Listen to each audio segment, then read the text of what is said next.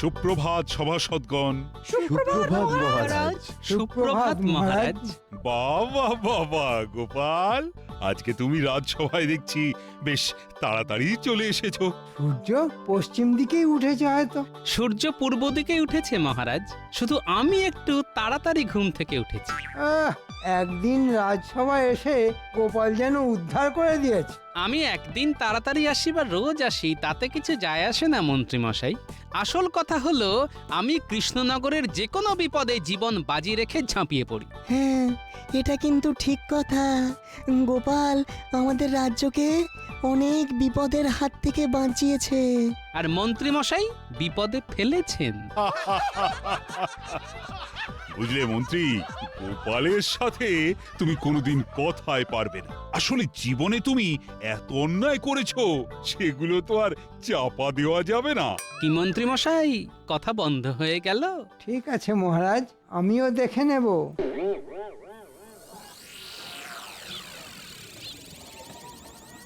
এই 100 করে আলু, পটল আর ঝিঙে দে চটপট। কি গো গোপাল দাদা, আজকে মনে হচ্ছে খুব তাড়াহুড়োয় আছো। আরে বাবা, তাড়াতাড়ি বাজার সেরে বাড়িতে দুটো খেয়েই বেরোতে হবে তো নাকি। কোথায় যাবে গো তুমি? বর্ধমান যাব, আমার এক আত্মীয়ের বাড়িতে নিমন্ত্রণ। সেখানে ভুঁড়ি ভোজ সেরে আবার কালকে ভোরবেলার মধ্যেই ফিরে আসতে হবে, বুঝলি? সেই জন্যই তো বলছি, দে দে তাড়াতাড়ি দে। না, আর নেওয়া যাচ্ছে না। গোপাল আমার জীবনের ত্রাস হয়ে উঠেছে। রাজসভায় সবাই আমার বিপক্ষে। না, আমাকে কিছু একটা করতেই হবে। আজ একটা হেস্তনেস্ত করে আসব। গোপালের মুখ চিরকালের মতো বন্ধ করে দেব।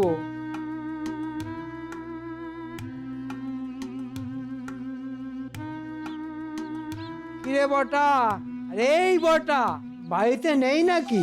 আরে মন্ত্রী মশাই, বলুন বলুন, কি ব্যাপার? শোন, গোপালকে আর এই ইহলোকে রাখা যাবে না। আমার জীবনটা অসহ্য করে তুলেছে গোপাল। সেই জন্যে পৃথিবী থেকেই সরিয়ে দিতে হবে, আর সেটার দায়িত্ব নিতে হবে তোকে আর ঘটাকে। না না, আমরা নিজে হাতে এসব কাজ করতে পারবো না। মহারাজ জানতে পারলে আমাদেরকে শুলে চড়াবেন। না না, তোকে কাজ করতে হবে না। কাজ করবে কালু ডাকাত আর ওর সঙ্গী সাথী। তুই আর ঘটা শুধু ওদের সাথে কথাবার্তা বলবি, আর কাজ হয়ে গেলে ওদের টাকা দিবি, আর বলবি আমি পাঠিয়েছি। আর হ্যাঁ, কাজটা যত তাড়াতাড়ি সম্ভব করতে হবে। ঠিক আছে মন্ত্রী মশাই, কাজ হয়ে যাবে। এই নে, এই থলেটা ওদেরকে দিবি, আর এইটা তোদের দুজনের বকশিস।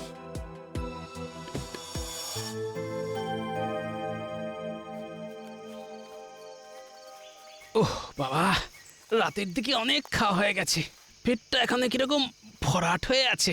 আরে রে রে রে রে রে রে রে রে, মার মার বেটাকে মার।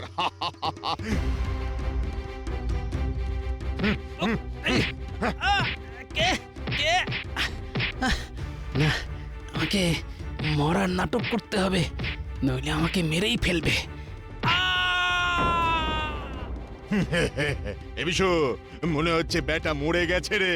ওস্তাদ, ও ব্যাটার নাকের সামনে একবার হাত দিয়ে দেখো তো, নিঃশ্বাস প্রশ্বাস নিচ্ছে কিনা। আমাকে কিছুক্ষণ দম বন্ধ করে থাকতে হবে। এই না রে, বেটা শ্বাস নিচ্ছে না, তার মানে ফুরুজ দুম। বেটা বেটা সত্যি মরে গেছে।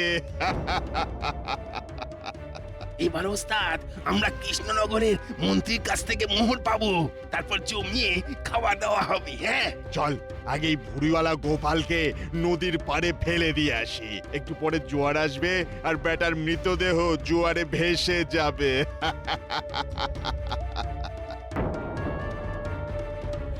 ওরে বাপ রে বাপ, ওরে আরে বাবা, কি ভারী মোড়া রে। ওরে বাবা, ওস্তাদ কুকুর কুকুর, ওস্তাদ কুকুর। ওরে ওরে, মোড়া এখানেই ফেলে পালা রে। ওরে বাবা, ওরে বাবা।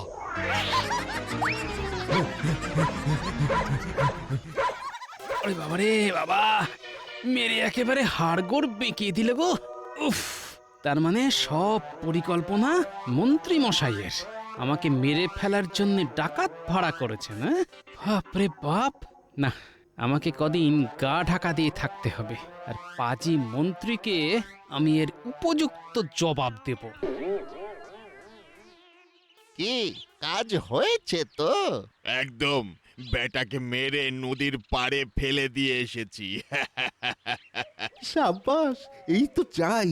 এই নাও তোমাদের পারিশ্রমিক। এই ধন্যবাদ ধন্যবাদ, আপনাদের মন্ত্রী মশাইকে আমাদের প্রণাম জানাবেন, আর আর নতুন কোনো কাজ থাকলে জানাবেন কিন্তু।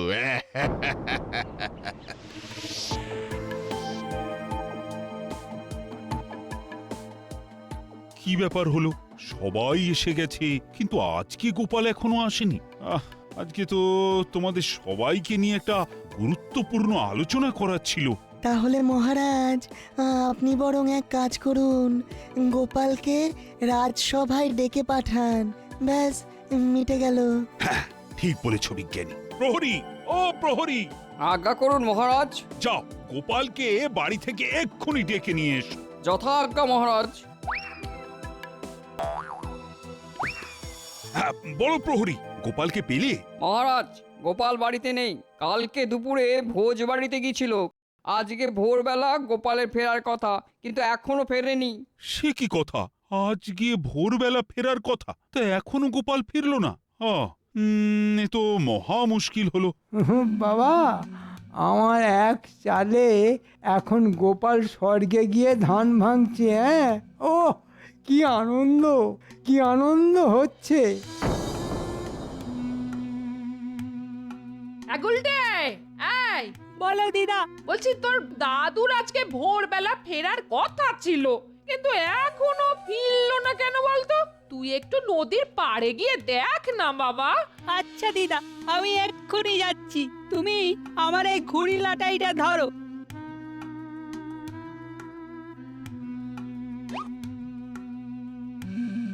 কে জানে বাবা, গোপাল দাদুটা আবার কোথায় গেল। দিদা চিন্তা করছে, এদিকে দাদুর পাত্তা নেই। এই গুলটে, এদিকে শোন। এই গুলটে, কি হলো? গোপাল দাদুর আওয়াজ মনে হলো। হ্যাঁ আমি এদিকে আয়, এই ঝোপের ভিতরে। এ কি দাদু, তুমি এই জঙ্গলের ভেতর লুকিয়ে কি করছো? চুপ চুপ, শোন, তোকে যে কথাগুলো বলছি এই কথাগুলো মন দিয়ে শোন। বলো দাদু, বলো। শোন, আমাদের মন্ত্রী মশাই আমাকে মেরে ফেলার জন্যে কালকে রাতে, তুই এই কথাটা কাউকে কিচ্ছু বলবি না, আর সবাইকে বলবি আমি মারা গেছি। শুধু দিদাকে সত্যি কথাটা বলবি, আর আজকে মাঝরাতে দিদাকে বলবি আমার সাথে দেখা করতে, আর সাথে একজন দক্ষ কুমোরকে নিয়ে আসবি। তারপর হবে আসল খেলা।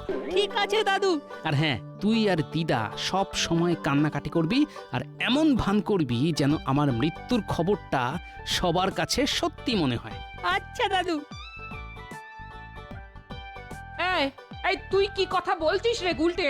হ্যাঁ গো দিদা, সত্যি। মন্ত্রী মশাইয়ের এত বড় সাহস? হ্যাঁ, ঠিক আছে, আমিও দেখে নেব। আমিও গোপালের গিন্নি। হ্যাঁ,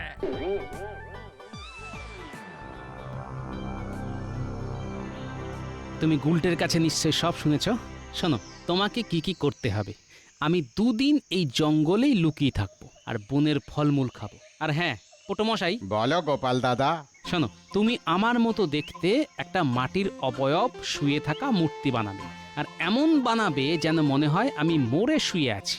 তারপর 2 দিন পরে সেই মূর্তিটা নিয়ে একটা বাঁশের দোলায় চড়িয়ে শ্মশানে নিয়ে যাবে। কিন্তু তার জন্য তো 4 জনের প্রয়োজন। হ্যাঁ, দাঁড়াও, শোনো, তুমি ন্যাপলা গুলটে পুটিদের বাবাদেরকে বলবে, আর বিশ্বস্ত কাউকে শুধুমাত্র এই কথাটা বলবে। আর হ্যাঁ, মূর্তিটা শ্মশানে নিয়ে যাওয়ার বেশ কিছুক্ষণ পরে রাজসভায় গুলটেকে দিয়ে খবর দেবে, আর বলতে বলবে আমার মৃতদেহ নিয়ে যাওয়া হচ্ছে। তারপর কিন্তু গোপাল দাদা, তুমি বেঁচে থাকতে এসব করবে কেন? সব পরে একদিন বুঝিয়ে বলবো। আগে আমি একজনকে উপযুক্ত জবাব দিই, তারপর তোমাকে সব জানাবো। আচ্ছা গোপাল দাদা। আর হ্যাঁ, এই সব কথা তোমরা দুজনে খুব গোপন রাখবে। এখন তোমরা এসো, আমি ঠিক সময় হলে বাড়ি ফিরব।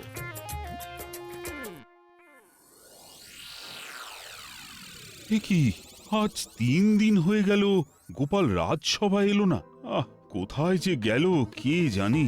আমার গণনা বলছে বিগত 2 দিন আগে গোপাল অনেক বিপদের মধ্যে ছিল, কিন্তু কিন্তু এখন কি রকম পরিস্থিতি সেটা বুঝতে পারছি না। মোরার আবার স্থিতি পরিস্থিতি। মহারাজ মহারাজ গোপাল দাদু, গোপাল দাদু। কি হয়েছে গুলটে? তোমার গোপাল দাদুর কি হয়েছে? গোপাল দাদু আর নেই। গোপাল দাদুর মৃতদেহ শ্মশানে নিয়ে যাচ্ছে।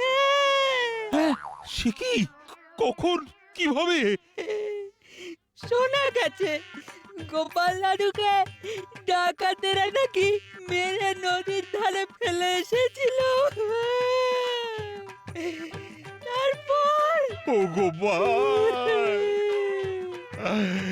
এ তো আর কি হলো? চলো চলো, সবাই চলো, সবাই শ্মশানে চলো। গোপাল, ওগো তুমি ফিরে এসো গো। ওগো আমি কাকে নিয়ে বাঁচবো গো? কেঁদো না, কেঁদো না গোপাল বউ, কেঁদো না। ওগো আমি এখন কি করব গো? না না না, আমি এই দৃশ্য দেখতে পারবো না। গোপাল, গোপাল, তুমি আমার সাথে শেষবারের মতো দেখা করলে না কেন গোপাল? মহারাজ, যা হয়েছে আপনি ভুলে যান। যে গেছে সে তো আর ফিরে আসবে না। আপনি কান্নাকাটি করলে আপনার শরীর অসুস্থ হয়ে পড়বে। যে বা যারা গোপালকে মেরেছে আমি তাতে ছাড়বো না, এই আমি বলে দিলাম। তুমি আমাদের একা করে চলে গেলে। গোপাল, তুমি আমাদের একা করে চলে গেলে। আমি এখন কার মুখ চেয়ে বেঁচে থাকবো গো? তুমি ফিরে এসো গো। এই সুযোগে একটু ভালো হওয়ার অভিনয় করতে হবে। গোপাল বউ, অত কান্নাকাটি করো না। কষ্ট কি আর আমাদের হচ্ছে না গো? আমাদেরও অনেক কষ্ট হচ্ছে। তুমি এত কেঁদো না গো। গোপাল নেই তো কি হয়েছে? এই রাজ্যের মন্ত্রী তো আছে। তোমার যা সমস্যা হবে আমাকে বলবে, আমি সাহায্য করব। ওকে ছাড়া আমি কি করে বাঁচবো মন্ত্রী মশাই? সবই বিধাতার লিখন গোপাল বউ। জন্মালে তো একদিন মরতেই হবে। গোপাল বউ, কেঁদো না, কেঁদো না গোপাল বউ, একটু শান্ত হও। কদিন পরে তো তোমার ঘাট কাজ, শ্রাদ্ধ শান্তি করাতে হবে। সব রাজবাড়ি থেকে দায়িত্ব নিয়ে করানো হবে। তুমি কিন্তু কোনো চিন্তা করো না। তুমি একবার ফিরে এসো। শোনো গিন্নি, মন্ত্রী তো তোমাকে বলেছে সব দায়িত্ব নেবে, তুমি এবার তাহলে খেলবে। বেটা শয়তান মন্ত্রীকে আমি উচিত শিক্ষা দেব। আচ্ছা আচ্ছা, তুমি বলো কি করতে হবে আমার? শোনো, হ্যাঁ, আচ্ছা আচ্ছা, ঠিক আছে ঠিক আছে। তুমি তাহলে বাড়িতেই লুকিয়ে থাকো। হ্যাঁ, আমি ভেতরের ঘরে দরজা জানলা সব সময় বন্ধ করে রাখবো। হ্যাঁ হ্যাঁ, 2 দিন একটু শুধু আমাকে সাবধানে থাকতে হবে।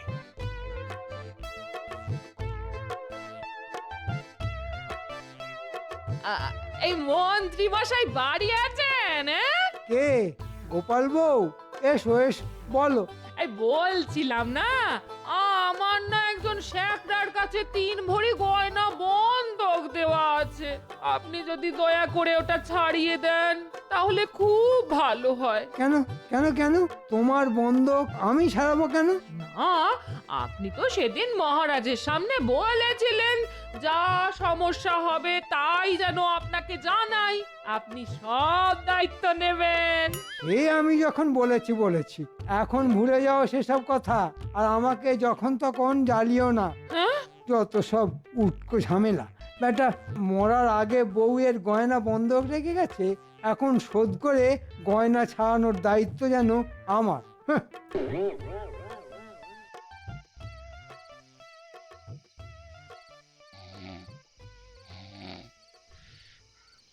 মন্ত্রী মশাই, ও মন্ত্রী মশাই, কে? রাত দুপুরে কে আবার ডাকবে? আমি গোপাল, দরজাটা খুলুন মন্ত্রী মশাই। হ্যাঁ? গোপাল? কিভাবে? আরে তুমি তো মরে গেছো, তুমি কোথা থেকে এলে? আমি আত্মা হয়ে ফিরে এসেছি মন্ত্রী মশাই। আপনি আমার স্ত্রীর গয়নার বন্ধকটা ছাড়িয়ে দিন, নইলে আমি আপনার ঘাড় মটকে দেব। ওরে ওরে বাবা! ঠিক আছে, ঠিক আছে, আমি আমি ছাড়িয়ে দেবো। ঠিক আছে, ঠিক আছে। ঠিক আছে, আমি তাহলে চলি মন্ত্রী মশাই, আবার আসবো। ওরে বাবা, ওরে বাবা, ভূত ভূত! রাম রাম রাম রাম রাম রাম রাম রাম রাম রাম রাম রাম রাম রাম। কে বলেছিল? কে বলেছিল গোপালকে মরতে? বেঁচে থাকতে গোপাল তোমায় জ্বালিয়েছে। এবার দেখো মরে গিয়েও গোপালের ভূত জ্বালাবে। আমি কালকেই বাপের বাড়ি চলে যাব। এসব ভূতুরে ব্যাপারে আমি নেই।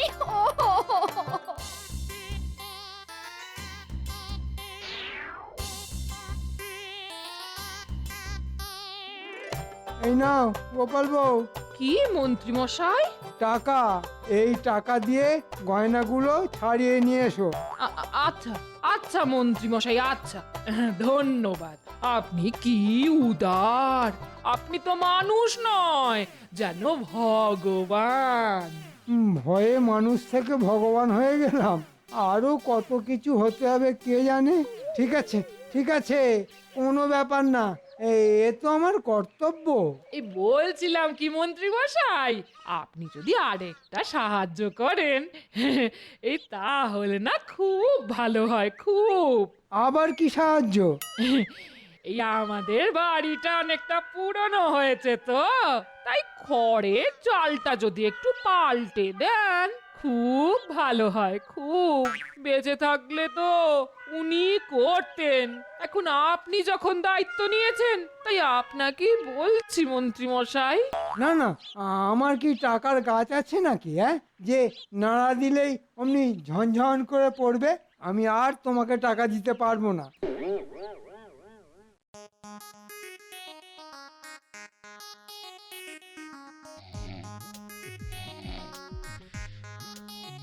মন্ত্রী মশাই, ঘুম থেকে উঠুন মন্ত্রী মশাই। কে? আমি গোপালের ভূত। খাও মাও খাও। ওরে বাবা, ভূত! তুমি আবার কেন এসেছো গোপাল? আমি শুনলাম আমার গিন্নিকে আপনি বলেছেন ঘর সারাবার টাকা দেবেন না। আপনি যদি আমাদের ঘর সারাবার টাকা না দেন তাহলে আমি তছনছ করে দেব। ঠিক আছে, ঠিক আছে, সব দেব। কথাটা মনে থাকে যেন। না, আজকাল আর ভালো লাগে না রাজসভায় আসতে। গোপাল অকালে চলে গেল। এ কি মন্ত্রী, তুমি এভাবে কেন? তো তোমার রাজসভার পোশাক কোথায়? সব বিক্রি করে দিতে হয়েছে মহারাজ। গোপালের ভূতের জ্বালায় আমার সর্বস্ব চলে গেছে। গোপালের বউ আমার কাছে বায়না করছে, আর বায়না না মেটালে গোপালের ভূত এসে আমাকে ভয় দেখাচ্ছে। আমি অসহায় মহারাজ, আমাকে রক্ষা করুন। কি যাতা বলছো? ভূত বলে কিছু নেই, সব মনের ভুল। এই, কে তুমি? মুখ ঢাকা দিয়ে কে এলো? আমি মন্ত্রী মশাইকে শাস্তি দেব বলে।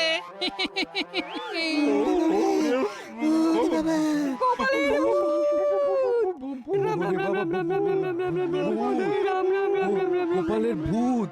ওরে বাবা, ওরে বাবা, গোপাল আমাকে মেরো না, মেরো না। তুমি যা বলবে আমি তাই করব। আমাকে মেরো না। ডাকাত ভাড়া করে এই লাঠি দিয়েই তো আমাকে মেরেছিলেন। এখন আপনি মরতে ভয় পাচ্ছেন কেন? আজ আমিও আপনাকে এই লাঠি দিয়ে মারবো। ভুল হয়ে গেছে গোপাল, আমি বুঝতে পারিনি তোমাকে মেরে ফেলার পরে তুমি আবার ভূত হয়ে ফিরে আসবে। হ্যাঁ, তার মানে মন্ত্রী তোমাকে মেরেছে? ভুল হয়ে গেছে মহারাজ, ভুল হয়ে গেছে।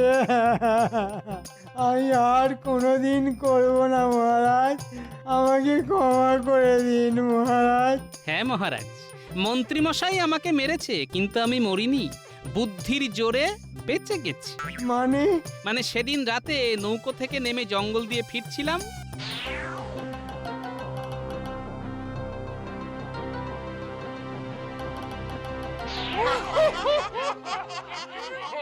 তার মানে তুমি সত্যি মরনি?